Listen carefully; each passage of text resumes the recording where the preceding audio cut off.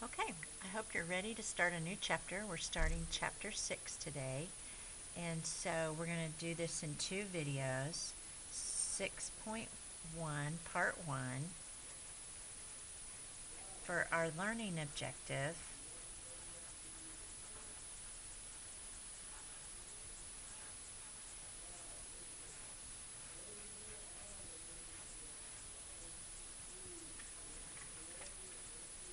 We're going to understand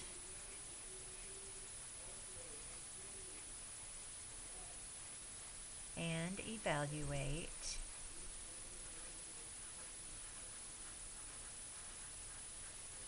rational exponents.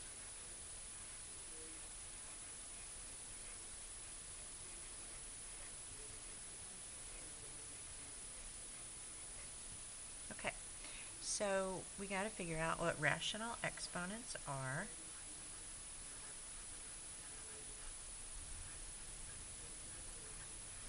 And this is kind of easy to understand what they are. Rational exponents are just exponents that are fractions.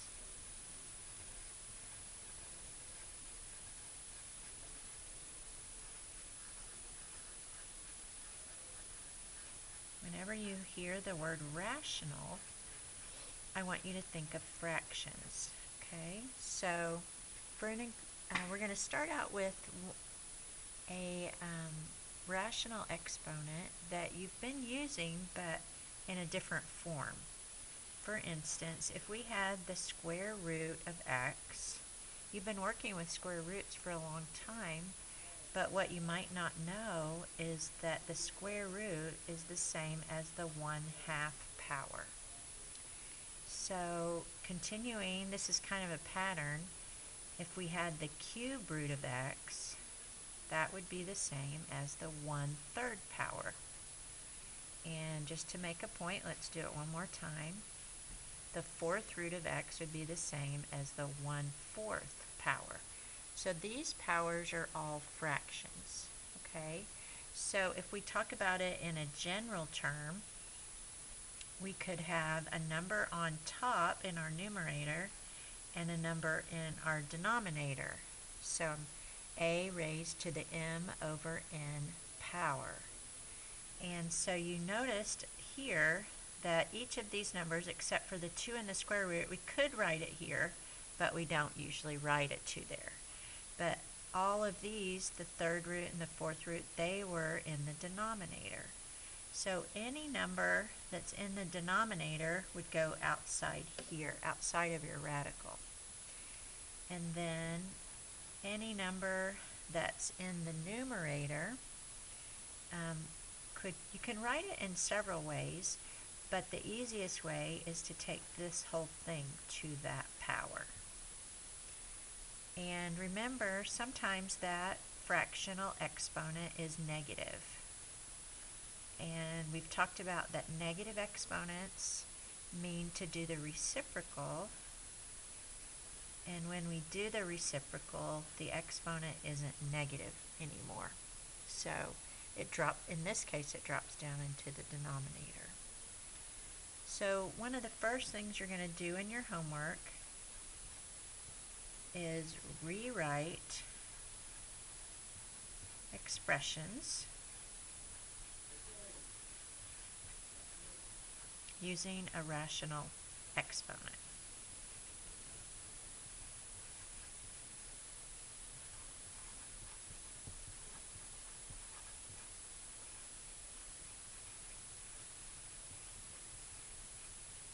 So for example, if they gave you this, they would want you to rewrite it as a fractional exponent. And remember, the number on the outside goes in the denominator. So we would just rewrite it like that. If you have two numbers, you have one on the outside of the radical, and then another one outside the parentheses, then you would rewrite it with the 2 in the numerator and the 3 in the denominator. So this is 5 raised to the 2/3 power.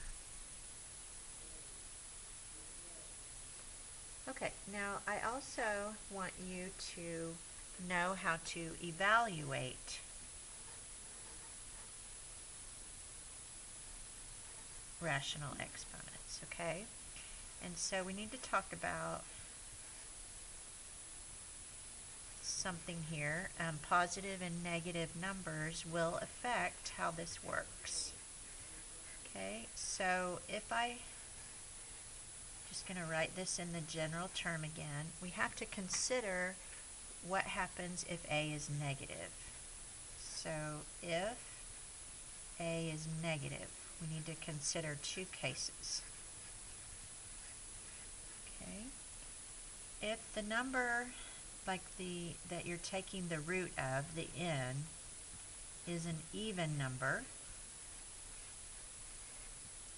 then and this number is negative, then you can't get a real number answer. For instance, remember we've done this quite a bit. Square root of negative 25 would equal an imaginary number 5i. There's no real answer. So if a is negative and n is even, and let me give you another example. How about the fourth root of negative 16? There's no real answer to this. And sometimes that's what you write down, no real answer. Okay? But if n is odd, you're taking a cube root or a fifth root, then the number underneath, the a value, can be negative. So for example, you can take the cube root of negative 27. What number times itself 3 times would give you negative 27? And that would be negative 3. So you can do negative 3 times negative 3 times negative 3, and that equals negative 27. That's why you can do it with an odd root. And you could also, let's just do one more, the fifth root of negative 32 would just equal negative 2. Okay? All right, so I need to go over one more thing with you on this part. How to evaluate without a calculator and with a calculator.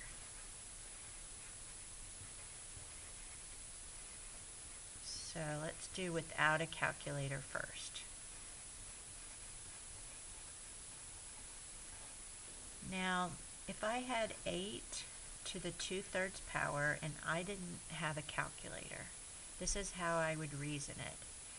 I'd say, okay, the cube root of 8, because I know this number has to go here, and then I would square that.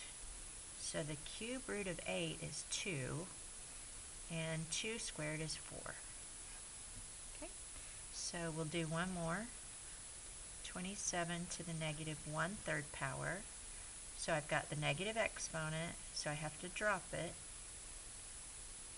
And then I just say to myself, what is the cube root of 27? And that's just 3. So this would be 1/3. Now let's evaluate with a calculator, because some of these you have to have a calculator. They come out to be decimal answers.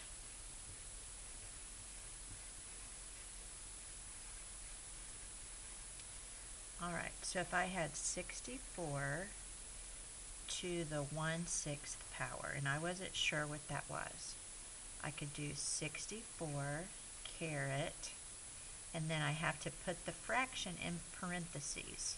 If I don't put that fraction in parentheses, I'll get the wrong number, and that would just equal 2. Alright, even if I have two numbers, 8 to the 4/3 power, I do the same thing, 8 caret, and then 4 divided by 3 in parentheses, and that would give me the answer of 16. Okay, that's the end of part 1.